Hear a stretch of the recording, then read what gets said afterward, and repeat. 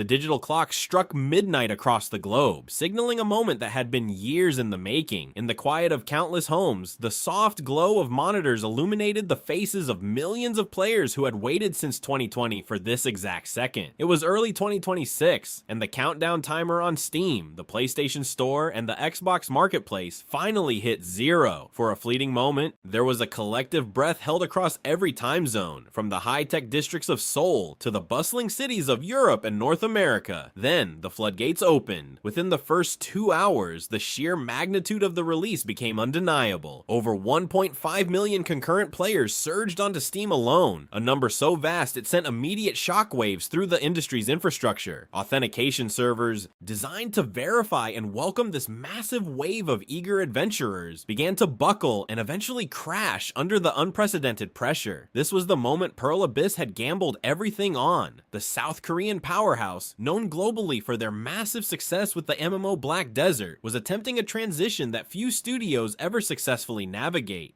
They were moving from the world of persistent online ecosystems to the prestige of the AAA single-player titan. Crimson Desert was no longer a collection of trailers or a distant promise. It was a reality sitting on millions of hard drives. Yet as the sun began to rise on that first day, a central mystery began to cloud the initial excitement. Was this game a technical masterpiece destined to redefine the open-world genre? Or was it a beautiful disaster destined for infamy? To understand the weight of this moment, one must look at the architects behind the curtain. Pearl Abyss had spent 6 years in the trenches of development, navigating multiple delays that had tested the patience and the faith of their global audience. They were building an open-world action adventure of staggering proportions, intended to be the definitive showcase for the PlayStation 5. The Xbox Series X, and high-end PC hardware. This wasn't just another game release. It was South Korea's most significant bid for dominance in the narrative-driven epic space. It was a move to prove that the studio could transition from being MMO specialists to becoming creators of a global single-player legend that could rival the greatest titles from the West. However, as the first 24 hours ticked by, the atmosphere turned from celebratory to deeply uncertain. The data emerging from the launch told two completely different stories. On one hand, the sales numbers were astronomical, propelling the game into the highest echelons of financial success. The initial commercial victory seemed absolute, with revenue surpassing even the most optimistic analyst projections. But on the other hand, the early user reviews told a tale of deep-seated frustration. On forums and digital storefronts, a sea of mostly negative ratings began to swell almost as fast as the player count. The visual contrast was jarring. Players were greeted by a stunning cinematic opening that looked like nothing else currently on the market, a true testament to the power of the studio's proprietary engine. Yet, the moment the cinematic ended and the actual gameplay began, the dream started to flicker. In the bustling streets of the capital city, Pywell, the majestic vistas were marred by immediate and severe frame rate stutters. Even those equipped with the most expensive graphics cards found themselves struggling to maintain a stable experience. The beauty of the world was undeniable, but the cracks in its technical foundation were becoming impossible to ignore. The tension was palpable. On Reddit and Discord, the conversation oscillated between awe at the game's artistic ambition and pure fury at its technical failures. Before we continue, subscribe to the channel and tell us in the comments where you are watching from. This was 2026. A million players, one broken promise.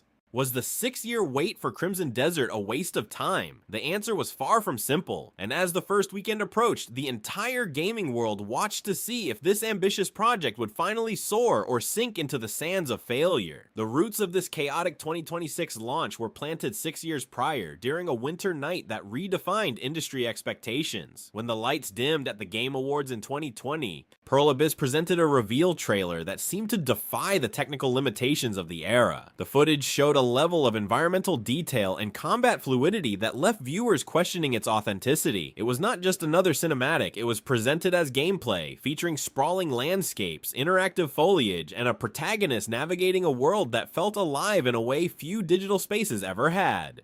This initial glimpse sparked an immediate global obsession that would haunt and drive the project for the next half-decade. At that time, the project carried a different weight. Originally conceived as a prequel to the massive multiplayer online world of Black Desert, the developers soon realized that the story they wanted to tell was too intimate for the constraints of an MMO. This led to a monumental pivot in the studio's identity. Pearl Abyss made the daring decision to transform Crimson Desert into a narrative-driven, single-player epic. This shift was risky. The studio was moving away from the recurring revenue models of online services into the high-stakes world of AAA storytelling. It was no longer just a companion piece to an existing franchise, it was being positioned as a standalone masterpiece. A move that signaled Pearl Abyss's ambition to be viewed alongside giants like CD Projekt Red or Rockstar Games. Central to this ambition was the development of the Black Space engine. Rather than license established technology like Unreal Engine 5, Pearl Abyss chose the difficult path of building their own proprietary toolset from the ground up. The Black Space engine was designed to push the boundaries of what was possible in open world design. It promised revolutionary physics, where every blade of grass reacted to the wind and every impact in combat felt visceral. The engine's lighting system was marketed as a rival to the best ray tracing implementations in the world, capable of rendering the city of Pywell with immense fidelity. This technological independence was a point of immense pride for the South Korean developers, but it also placed the entire weight of the game's performance on their own internal engineering team. The stakes extended far beyond the walls of the development studio. In the South Korean gaming market, Crimson Desert was viewed as a matter of national prestige.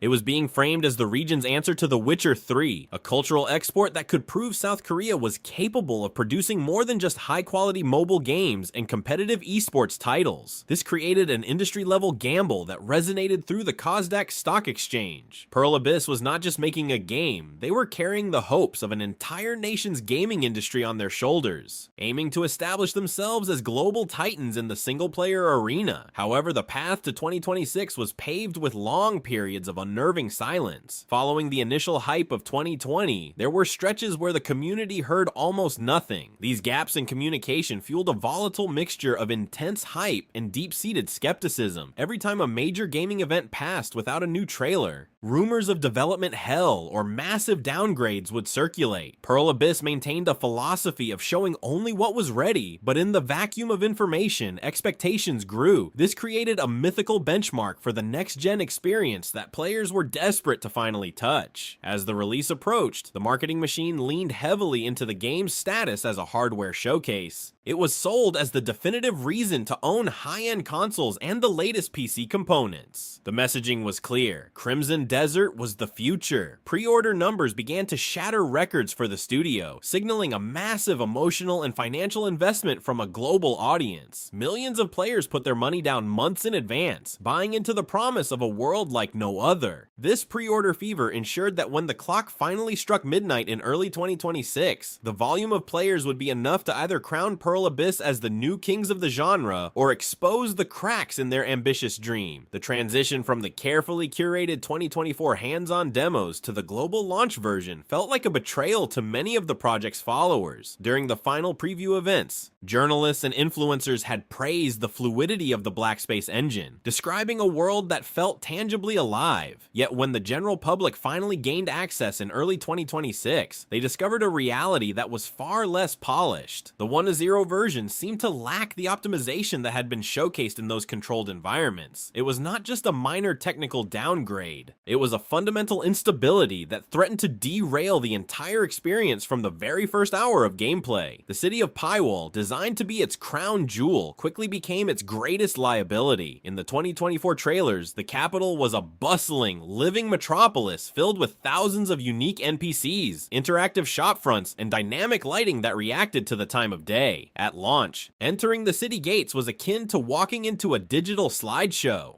Frame rates plummeted, often dipping into the single digits even on top-tier hardware that had cost players thousands of dollars. The proprietary engine, which Pearl Abyss had touted as the future of the industry, appeared to buckle under the weight of its own ambition. The sheer density of the capital city proved to be too much for the launch day build to handle, turning what should have been a moment of wonder into a source of immense frustration. Beyond the visual stutters, the core gameplay mechanics were suffering from a crippling lack of responsiveness. One of the major selling points had been the visceral, weight-based combat system. However, in the hands of the players, this intended weight translated into heavy, unresponsive input lag. The parry system, which required frame-perfect timing to execute against the game's bosses, became nearly impossible to use in high-traffic areas or during intense combat engagements. encounters. Players reported a significant delay between pressing a button and seeing their character react, turning a high-skill action game into a frustrating battle against the software itself. The precision that had been a hallmark of the studio's combat design in the past was nowhere to be found. The immersion was further broken by a series of surreal and embarrassing glitches that quickly went viral globally. Clips flooded the internet showing NPCs floating several feet above the ground or clipping through solid stone walls during emotional story beats. Enemies, which were supposed to demonstrate advanced tactical awareness, often stood frozen in place or ran in endless circles while the player attacked them. These were not isolated incidents. They were systemic failures that suggested the game had been pushed out the door before the Black Space engine was truly ready for the complexities of a dynamic open world. The technical flaws were so pervasive that they began to overshadow the game's genuine artistic achievements. The response from the global community was instantaneous and merciless. Within 48 hours, the digital hubs of Reddit and Discord were no longer filled with theories about the lore, but with detailed guides on how to secure a refund. The excitement that had built up over 6 long years evaporated, replaced by a sense of collective disappointment. Moderation teams struggled to keep up with the influx of negative threads, as users who had defended Pearl Abyss for years felt personally slighted by the state of the release.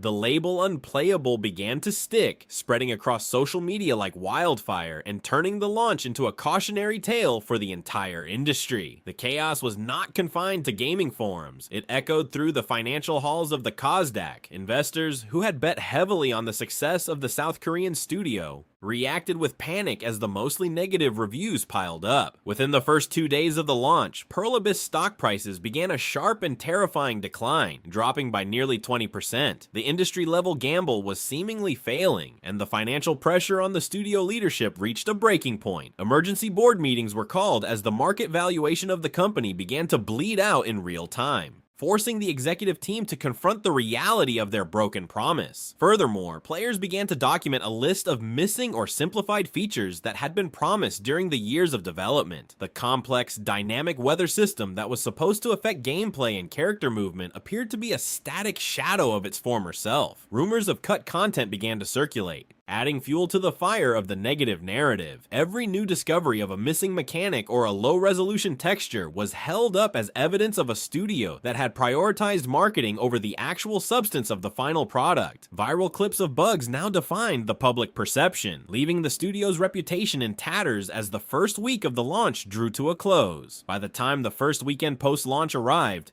the digital atmosphere surrounding Crimson Desert had shifted from hopeful anticipation to outright hostility. The most visible metric of this collapse was the Metacritic user score, which dipped below a devastating 5.0. This numerical decline represented a broken bond between the developer and its audience. For a studio that had positioned itself as a new titan, seeing their flagship project rated alongside notorious failures was a sobering reality. The user reviews were no longer just complaining about frame rates. They were questioning the fundamental integrity of the game and the honesty of the marketing campaigns that had preceded the launch globally in 2026. Adding fuel to the fire was a growing controversy regarding the use of artificial intelligence and unoptimized procedural generation. Rumors began to circulate within the community that Pearl Abyss had relied too heavily on automated tools to build the vast reaches of Pywell, leading to the bizarre asset placement and the broken logic found in the game world. Players pointed to repetitive textures and nonsensical terrain layouts as evidence that the human touch had been lost in the pursuit of scale. This narrative of a hollow world became a central theme of the backlash, as skeptics argued that the game's beauty was only skin deep, masking a skeleton of poorly integrated systems that could not support the weight of a complex action-adventure title that had been promised to millions. The financial consequences of this sentiment were immediate and severe. On the Kazdak, the shockwaves of the launch resulted in a 15 to 20% drop in Pearl Abyss stock value. This was not merely a market fluctuation. It was a crisis of confidence that wiped out billions in market capitalization in a matter of days. Inside the studio headquarters, the atmosphere was one of frantic damage control. Emergency board meetings were convened as leadership faced intense pressure from investors who had been promised a flawless global rollout. The industry-level gamble that was supposed to secure the studio's future was now threatening its very survival. As the cost of development and marketing weighed heavily against the mounting devastating wave of refund requests and the plummeting stock price. Major gaming outlets, which only days earlier had been hyping the release, now pivoted to publishing scathing articles titled "What Went Wrong?" The media narrative turned clinical, dissecting the failure with a level of scrutiny that Pearl Abyss was ill-prepared for.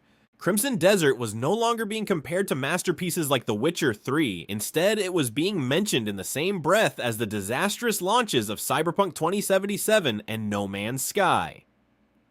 These comparisons were particularly damaging because they suggested a pattern of industry deception, a cycle where studios promised the world and delivered a broken shell, relying on post-launch patches to finish a product that consumers had already paid for at full price. Amidst this mounting pressure, a deafening silence fell over the studio. For a critical 48-hour window, Pearl Abyss said nothing. There were no official statements and no acknowledgement of the chaos unfolding across social media. This period of radio silence was the lowest point for the global community, without a clear path forward. Fears of an abandonware scenario began to take root. Fans who had remained loyal now felt truly abandoned, left to navigate a broken world while the studio retreated behind closed doors. The vacuum of information allowed the worst-case scenarios to flourish, painting a picture of a studio paralyzed by the magnitude of its own failure. The reputation Pearl Abyss had built as a leader in technical innovation was being dismantled. Each hour that passed without a response further cemented the idea that the dream was an illusion. The crisis had reached its breaking point, leaving the future of the game hanging by a precarious thread. The silence finally broke on a Tuesday morning, not with a vague tweet, but with a total shift in corporate strategy. Pearl Abyss emerged from their tactical retreat with an announcement known as the Pywell Restoration Project. This wasn't just a roadmap, it was a declaration of war against the technical failures that had plagued the launch. The leadership realized that standard PR wouldn't save them. They needed a relentless pace of development to win back a community that felt betrayed. The strategy was ambitious: 10 massive patches in 10 consecutive days. This was designed to stabilize the most egregious crashes and performance leaks that had rendered the game unplayable for thousands. It was a high-stakes gamble that required the entire engineering team to work around the clock, but the studio knew this was their only path to survival. Transparency became the studio's primary weapon. Instead of hiding behind written statements, the CEO and lead developers began appearing in daily dev logs. These weren't polished clips, they were raw, often recorded in the development pits, featuring tired eyes and honest admissions of failure. For the first time, the leadership admitted that the proprietary Blackspace engine had struggled with the transition from a simulated environment to the unpredictable chaos of a million concurrent global players. They didn't offer excuses, they took full accountability for the lack of optimization. This humanization of the developers began to soften the community's rage. Seeing the faces of the people actually writing the code, hearing them explain exactly how they intended to fix the memory leaks in the capital city of Pywell, started to rebuild the bridge that had been burned on launch day. The third day saw the release of the massive performance patch, a 40-gigabyte update that targeted the core of the Blackspace engine's rendering pipeline. This update was a surgical strike against the frame rate stutters that had crippled the experience on mid-range GPUs. By rewriting how the engine handled asset streaming in the dense urban areas of Pywell, the team managed to boost average performance by nearly 30%. Simultaneously, the combat overhaul began. The heavy and unresponsive feel of the movement, which had been a major point of criticism, was addressed by adjusting animation cancel windows and significantly reducing input latency. The parry system, once described as a frustrating game of chance, was recalibrated to be more intuitive. These weren't just minor tweaks. They were fundamental shifts in the game's mechanical DNA, executed with a speed that the industry had rarely seen before. This recovery effort was not a matter of luck, it was a calculated and aggressive business move. Pearl Abyss recognized that the long-term value of the Crimson Desert intellectual property was worth far more than the immediate cost of this emergency response. If they allowed the broken launch narrative to persist, any future expansions or the planned multiplayer world transition would be dead on arrival. By pouring every available resource into the restoration project, they were protecting a multi-year investment. They weren't just fixing bugs, they were fighting for the very soul of the studio's reputation. This tactical shift also involved a new level of community integration. A dedicated team was assigned to scrape Reddit and Discord for the most requested quality of life features, which were then prioritized for the next day's patch. Within the first week, players saw the implementation of requested features like customizable UI scaling, improved map markers, and a streamlined inventory system. These changes proved that voices were being heard. The narrative on social media began to pivot. While the mostly negative tag still lingered on Steam, a new sentiment was emerging, one of cautious respect for the studio's work ethic. Players who had initiated refund requests started to reconsider, logging back in to see if the latest patch had improved their experience. The unplayable label was slowly being peeled away, replaced by a conversation about the game's genuine potential. The world of Pywell was still scarred, and the journey toward total redemption was far from over, but the bleeding had finally been stopped. The tactical shift had worked, and for the first time, hope returned that Crimson Desert could still become a masterpiece. The momentum generated by the Pywell restoration project did not slow down once the initial fires were extinguished. What began as a desperate scramble for survival transformed into a sustained campaign of excellence that eventually redefined the studio's legacy. Within 6 months of that tumultuous midnight launch, the digital landscape surrounding Crimson Desert had undergone a miraculous transformation. The mostly negative tag on Steam, once a scarlet letter that threatened to bury the project forever, was replaced by a gleaming, very positive rating. This shift was more than just a statistical victory. It was a testament to the power of relentless iteration and the studio's refusal to let their magnum opus fade into obscurity. Every positive review was a brick in the wall of a new reputation built on the sweat and transparency of the development team. The financial recovery followed the technical one with surprising speed. Despite the initial wave of refunds and the sharp decline in Pearl Abyss stock on the COSDAC, the game reached the staggering milestone of 5 million copies sold before the end of its first year. The investors, and who had once sat in emergency board meetings contemplating the catastrophic end of their venture, watched as the stock prices stabilized and then surged toward new heights. The narrative of failure had been completely replaced by a story of perhaps the greatest comeback in modern gaming history. Players who had once demanded their money back were now returning to the world of Pywell, bringing new friends with them and citing the massive improvements in stability and mechanical depth as the primary reason for their return. Critics, too, were forced to reconsider their initial assessments. Major gaming outlets began publishing comprehensive re-reviewed articles, admitting that the version of Crimson Desert currently available was a fundamentally different and superior experience compared to the one launched in early 2026. They praised the core narrative, which had previously been obscured by frustrating bugs, and the combat system, which was now recognized as one of the most fluid and rewarding in the entire open-world genre. The technical marvel that had been promised back in the 2020 reveal finally stood before the world, fully realized and stable. The Black Space engine was no longer a cautionary tale of overambition, but a benchmark for next-generation performance, delivering the breathtaking visuals and complex environmental physics that had once seemed like an impossible dream. As the awards season drew to a close, the conversation around Crimson Desert took an even more unexpected turn. The game was no longer being discussed as a launch disaster, but as a primary contender for Game of the Year. This redemption arc was so complete that it sparked intense debates across the entire gaming industry. Could a game that started so poorly truly be considered the best of its year? For many in the global community, the answer was a resounding yes, because the studio had not only fixed the systemic problems, but had gone above and beyond to add quality of life features the community hadn't even expected. The future of the franchise now looks brighter than ever. Pearl Abyss has transitioned from crisis management to a bold expansion phase, detailing a long-term roadmap that includes massive story DLC and the highly anticipated multiplayer world expansion. This new chapter promises to leverage every hard-won lesson learned during the chaotic 2026 launch, ensuring that the transition to a persistent online environment is as smooth as the single-player experience has eventually become. The studio has pledged continuous support, treating Pywell as a living world that will evolve for years to come. Yet the chaotic journey leaves behind a significant industry lesson that cannot be ignored. The launch now, fix later culture remains a deeply controversial topic that divides players and developers alike. While Pearl Abyss successfully navigated the storm, their experience serves as a stark reminder of the immense risks involved in releasing a project before it is truly ready for the public. The redemption of Crimson Desert is a rare success story in an industry littered with abandoned dreams and broken promises. It forces us to ask a difficult question. Is a spectacular comeback enough to forgive a broken launch? Would you ever trust Pearl Abyss with a pre-order again after this emotional and technical roller coaster? As the sun finally sets on the first year of Pywell's existence, the community continues to debate the game's ultimate legacy in the comments, weighing the undeniable beauty of the final product against the deep scars of its birth.